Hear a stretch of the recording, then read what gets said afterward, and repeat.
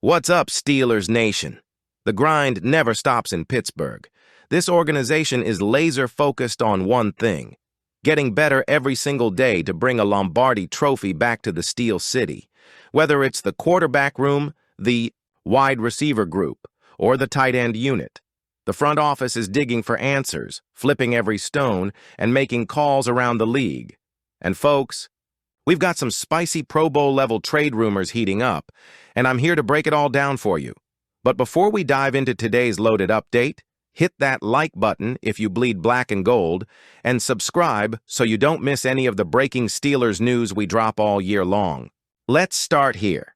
The Pittsburgh Steelers find themselves in a win-win situation right now. And yeah, I know that phrase gets thrown around a lot in sports talk, but in this case, it's absolutely true. The team is looking to bolster the offense, specifically the passing game, and rumors are flying. First, we had reports from ESPN's Adam Schefter connecting the Steelers to a potential trade for Dolphins tight end Jonnu Smith. That alone got fans talking. But then, boom, Jordan Schultz drops a bombshell that the Atlanta Falcons have been fielding calls on none other than Kyle Pitts.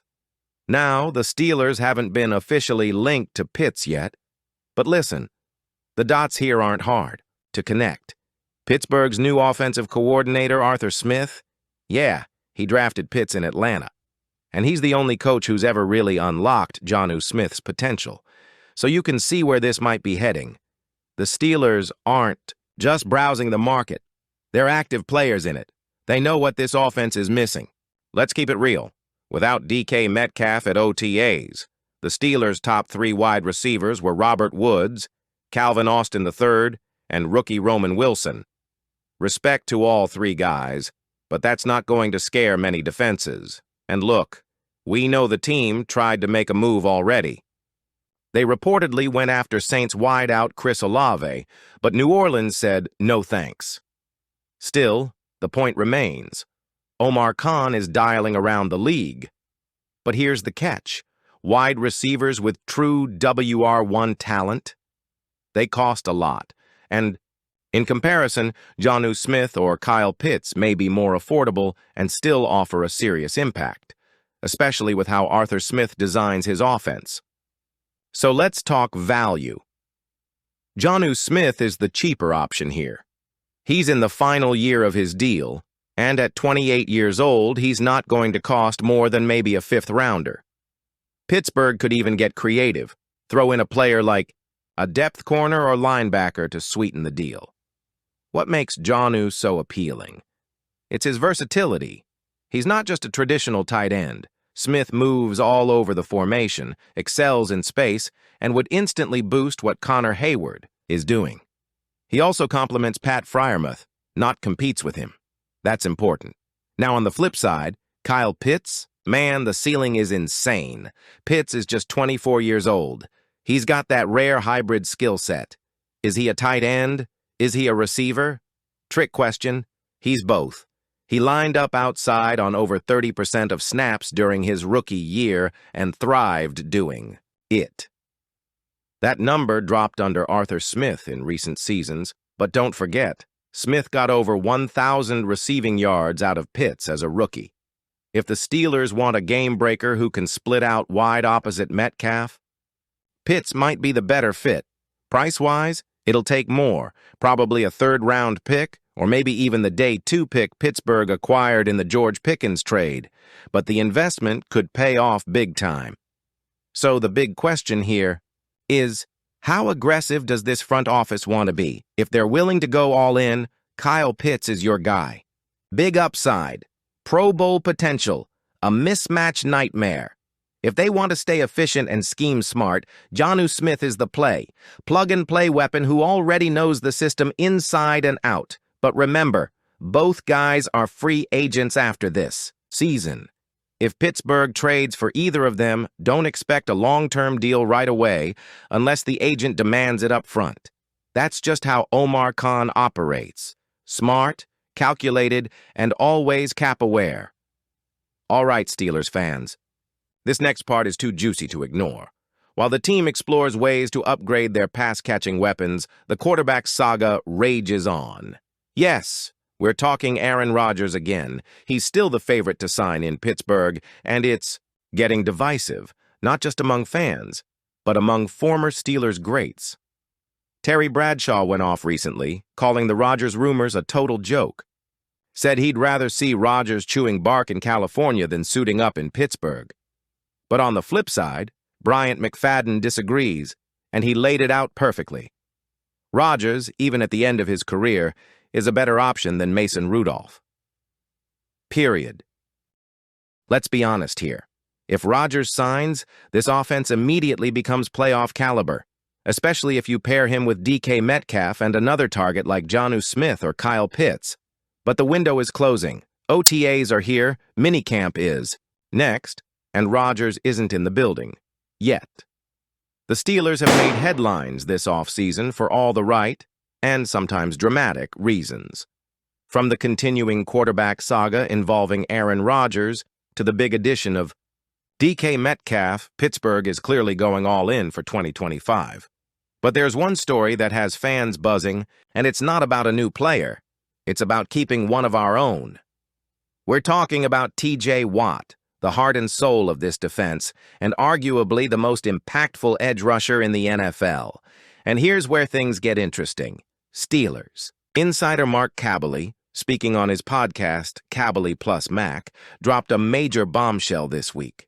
According to Kaboly, there is already a contract offer on the table for TJ Watt, and not just any offer. A significant one. I'm under the belief that there is a contract offer on the table right now which is pretty significant, Kaboly said. However, it's probably not what he thinks it is. So here's the situation. The Steelers want to lock down Watt. The offer is reportedly solid, but Watt hasn't signed, which tells us something isn't lining up. Why the delay? Let's talk business. And in the NFL, contracts are big business. Watt's current deal is coming to an end, and while both sides have expressed interest in a new agreement, we're starting to hear some grumbles about whether the Steelers' offer is good enough, especially in light of the skyrocketing market for elite defensive players. Take Myles Garrett, for example. The Browns' edge rusher just signed a massive 4-year, $160 million extension, making him the highest-paid defensive player in NFL history, surpassing even Max Crosby's recent 3-year, $106.5 million deal. That kind of contract changes everything. Remember, Watt previously held the crown as the NFL's highest-paid defender. But that was then. Garrett's deal resets the market, and players like Watt, who's been just as dominant, are going to want to be compensated accordingly. Kaboly speculated, "There's an offer on the table. I just assume since he's not signing, something is holding him up, and it's probably just the amount." Translation, Watt doesn't want a deal. He wants the deal. Steelers face. A big decision.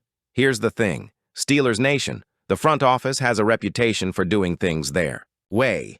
They don't rush extensions. In fact, the last time TJ Watt signed a deal, it didn't happen until just days before the season kicked off. The Steelers like to negotiate on their timeline, and that might be what's happening again. But this time around, things are a little different. The salary cap is higher, the market is hotter, and Watt knows his value. Now, let's be real. No one's blaming Watt for holding out for a top-tier payday. The man has done everything you could ask of a franchise player. Defensive. Player of the year, sacks leader, captain, culture setter. He's the face of this defense. But some fans are asking, how much is too much? That's the tightrope the Steelers are walking. They've already got big money contracts on the books, including the recent trade for DK Metcalf and the lingering possibility of paying Aaron Rodgers if he signs. But they've also got some financial flexibility, enough to make a big-time offer. So the real question is, how far is Pittsburgh willing to go to keep Watt in the black and gold long-term? Will history repeat itself? If the Steelers' past behavior is any indication, they could be holding off until just before the regular season starts. Again, that's exactly what happened in 2021. The media was swarming, fans were panicking, and then, boom, Watt signed a record-breaking deal days before kickoff. Could we be in for another late August extension? Absolutely. But one thing's clear. The offer is already there. The Steelers want to get this done. Watt wants to stay. The gap is money. And time. The big domino in this whole thing might be Garrett's new deal. If the Steelers can find a way to structure an extension that reflects Watt's elite status, even if it doesn't quite match Garrett's, they might be able to bridge the gap. The team has used creative contract structures in the past. Don't be surprised if we see an extension packed with guarantees and incentives to sweeten the pot without completely blowing up the cap. So Steelers Nation, here's where we stand. Your front office is working the phones. They've shown interest in upgrading the receiver and tight end rooms, and they've got connections, whether it's Jonnu Smith from Miami or Kyle Pittz from Atlanta. Either move could change the shape of this offense. Add in the Aaron Rodgers wild card, and this summer might be the most pivotal offseason Pittsburgh has seen in a decade. But now I want to hear from you. Who would you rather the Steelers go after, Kyle Pittz or Jonnu Smith? Would you be okay giving up a day 2 pick for Pittz? Or would you rather play it safe and go get Smith for a 5th? And do you still want Aaron Rodgers? Or are you siding with Bradshaw on this one? Drop your thoughts in the comments. I'll be reading and responding all week. And as always, if you made it this far, you're a real one. Smash that like button, hit subscribe, and turn on notifications so you don't miss the next exclusive Steelers update. We've got more rumors, insider scoops, and bold predictions coming your way. Until next time, stay loyal, stay loud, and as always, here we go, Steelers, here we go!